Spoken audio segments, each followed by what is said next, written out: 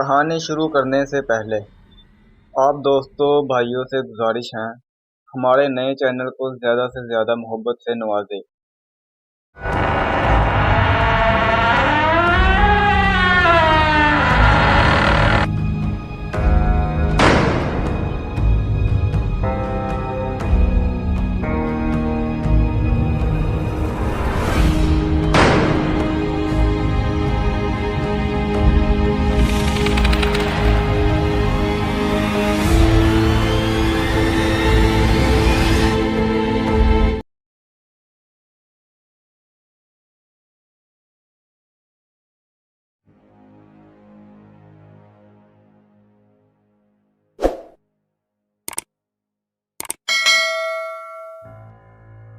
یہ آج سے 22 سال پہلے کی بات ہے۔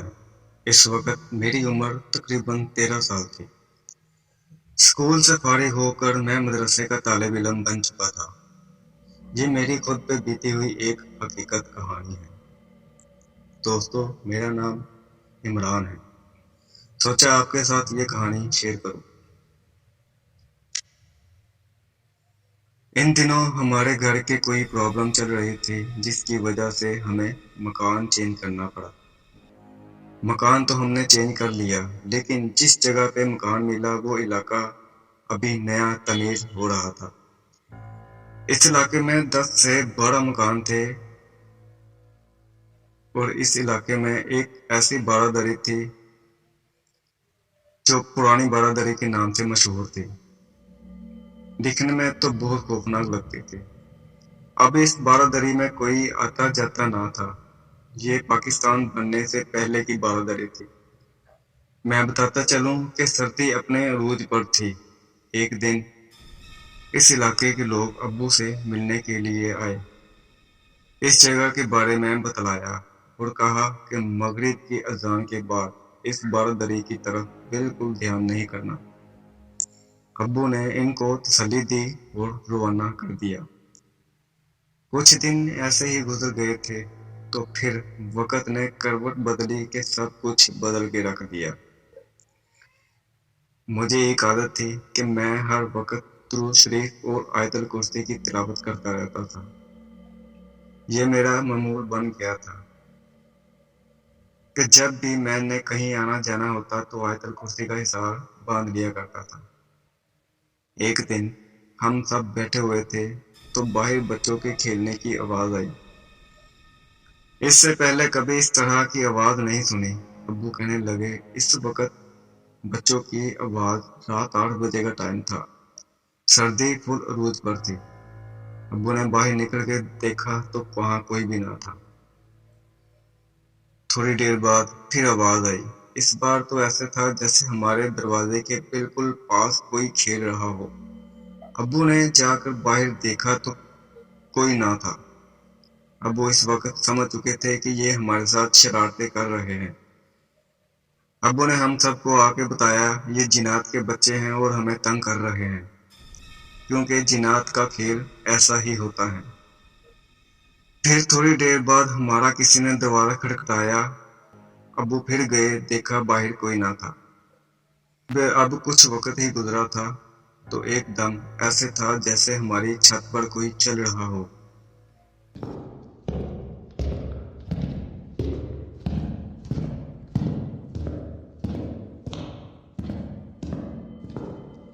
بہت تیز آواز تھی چلنے کی۔ اب ہم سب ڈر گئے تھے۔ ابو سیڑھیوں کے پاس گئے اور آیت الکرسی پڑھنا شروع کر دیا۔ یہ رات تو ہم نے بہت مشکل سے گزاری۔ صبح ہوئی تو ابو نے محلے والوں کو بلایا اور ان کو رات کا سارا واقعہ سنایا۔ سب کہنے لگے، ہمارے ساتھ تو کبھی ایسا نہیں ہوا۔ اتنا ضرور محسوس ہوتا ہے جیسے کوئی اونچی اونچی ہنس رہا ہو یا کبھی چیخنے کی آوازیں آتی ہیں۔ ابو بہت پریشان ہو گئے تھے۔ اگر ایسا ہوتا تو سب کے ساتھ ہوتا، ہمارے ساتھ ہی کیوں ہو رہا ہے؟ آج رات جب مجھے مدرسے سے ابو لے کر آ رہے تھے، میں نے اور ابو نے دور سے دیکھا کہ جیسے ہمارے دروازے کے باہر کوئی کھڑا ہے۔ ابو نے جلدی قدم اٹھانا شروع کر دیے۔ लेकिन देखते ही देखते वो ऐसे गायब हुआ जैसे कि वहां कोई था ही नहीं। अब्बू अब बहुत परेशान हो गए थे। फिर हम खाना खाने बैठे तो फिर वही आवाज छत पे चलने की, लेकिन इस बार ऐसे था जैसे एक नहीं ज्यादा लोग थे, लेकिन वो हमारी छत की हदूद या बाहर दरवाजे की हदूद तक थे। कभी अंदर के इन लोगों ने आके हमें तंग नहीं किया, लेकिन ये हमारे साथ ही इस तरह की शरारतें क्यों कर रहे थे। आज रात ठीक 8 बजे, उसी टाइम जिस वक्त कल बच्चों के खेलने की आवाज आ रही थी, आज भी इन बच्चों के खेलने की आवाज आ रही थी।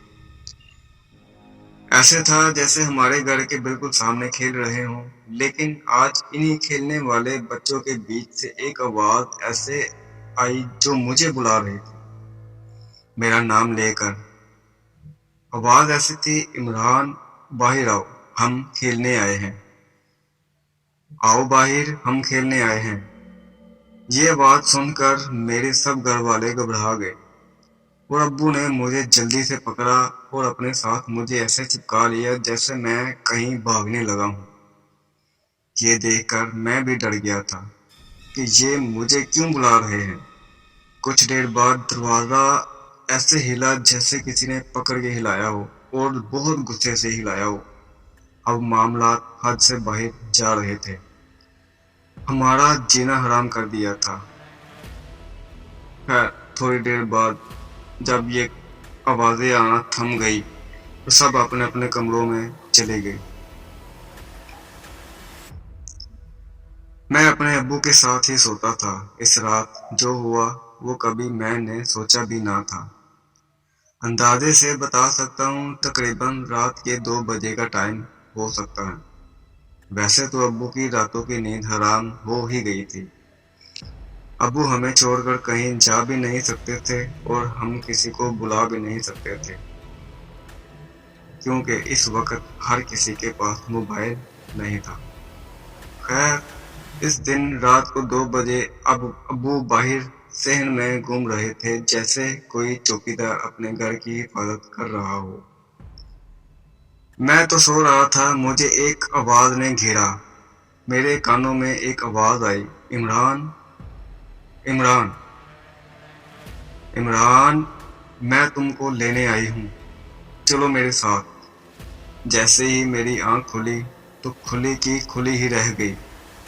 वो एक काले लिबास में, बाल इसके लंबे जो पूरे चेहरे को ढांपे हुए थे, और मेरी तरफ दोनों हाथ फैला के बोल रही थी, आओ मेरे साथ, मैं तुमको लेने आई हूँ।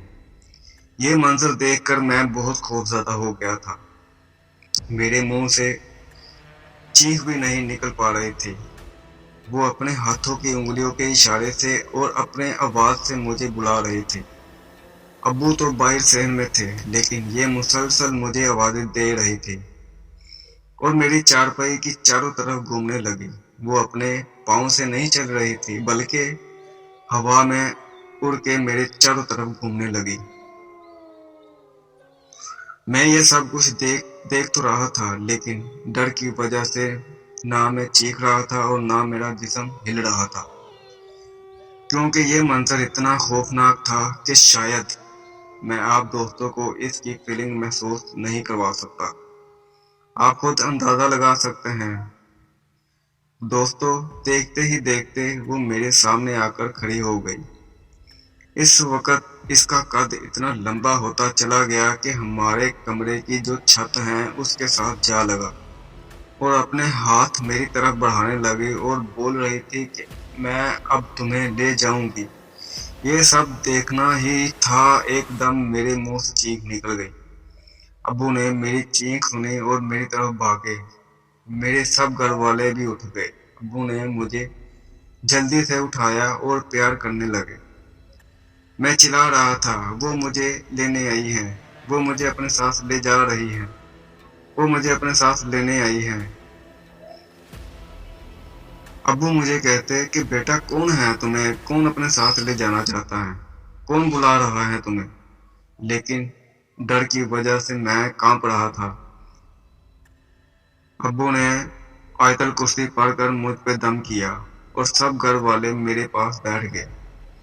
ये रात हमारे लिए बहुत बड़ी और मुश्किल रात थी। अब सब ने मेरे पास बैठकर रात गुजारी। जैसे ही सुबह की अजान हुई, हम सब की जान में जान आ गई। मेरे अब्बू और भाई ने इसी वक्त मुझे उठाया और मस्जिद की तरफ चल पड़े। मेरे अब्बू मुझ पर आयतल कुर्सी पढ़कर दम करते जा रहे थे और मुझे इतना तेज बुखार था कि मेरे अब्बू बताते हैं कि तुम्हें हाथ भी नहीं लग रहा था। जैसे ही मैं मस्जिद में पहुंचा तो कारी साहब ने मुझे देखा। इनको बताने की जरूरत नहीं पड़ी कि मुझे क्या हुआ है। वो मुझे देखते ही सब कुछ समझ गए थे। मेरे कारी साहब दिखने में तो बहुत सादे और आम से लगते थे, लेकिन अल्लाह ताला ने इन्हें बहुत अलूम से नवाजा था। वो एक आमिल भी थे। इसी वक्त अपने हुजरे में ले गए। जैसे ही मुझ पर पढ़ाई शुरू की तो मैं बेहोश हो गया। जब होश आया तो कारी साहब ने मेरे गले में एक तवीज़ बांध दिया और एक पानी की बोतल दम करके मुझे दे दी। कुछ साल पहले ही मुझे मेरे अब्बू ने बताया कि बेटा, जब तुम्हें हम कारी साहब के पास ले गए थे तो कारी साहब ने जैसे ही तुम पर दम किया, पढ़ाई की, तो तुम बेहोश हो गए थे। लेकिन इस पढ़ाई की वजह से तुम्हारे अंदर इस चुड़ैल की हाजिरी हुई थी। कारी साहब ने इस चुड़ैल से पूछा कि तुम क्यों इस बच्चे के पीछे पड़ी हुई हो, क्यों इसे अपने साथ ले जाना चाहती हो। तो तुम्हारे अंदर से आवाज आई, ये अपने भाई के साथ उस रात जा रहा था तो मेरे बच्चे खेल रहे थे। इस बच्चे को देख के मेरे बच्चे इस बच्चे के साथ खेलना चाहते थे। मेरे बच्चों को इस बच्चे से मोहब्बत हो गई थी। मैं जिस वक्त इसके पास आई थी, इसी वक्त इसको अपने साथ ले जाती, लेकिन इसने अपने ऊपर आयतल कुर्सी का हिसार किया हुआ था। इस वजह से मैं इसे ले जा नहीं पाई। तो दोस्तों, ये मेरी आप बीती हैं। तब से लेकर आज तक मैंने आयतल कुर्सी को अपना मामूल बना लिया है। तो आपसे भी गुजारिश है, आयतल कुर्सी को अपना वजीफा बना लें। अगर इसी तरह की स्टोरी सुनते हो या पढ़ते हो, बराए मेहरबानी इस वक्त अपना हिसार बांध लिया करें, क्योंकि अल्लाह तबारक ताला ने जिन्नात को रात को चलने फिरने की इजाज़त दे रखी है। जहाँ भी इनका जिक्र होता है, ये अपना जिक्र बहुत शौक से सुनते हैं। तो आयतल कुर्सी का हिसार बांध के स्टोरी सुना करो या पढ़ा करो। अगर आपको मेरी स्टोरीज पसंद आई हैं तो एक लाइक और सब्सक्राइब ज़रूर बनता है। और इसी तरह हकीकत एक रात आपके लिए लेकर आया करूँगा। तो इजाज़त चाहता हूँ। अल्लाह हाफिज़।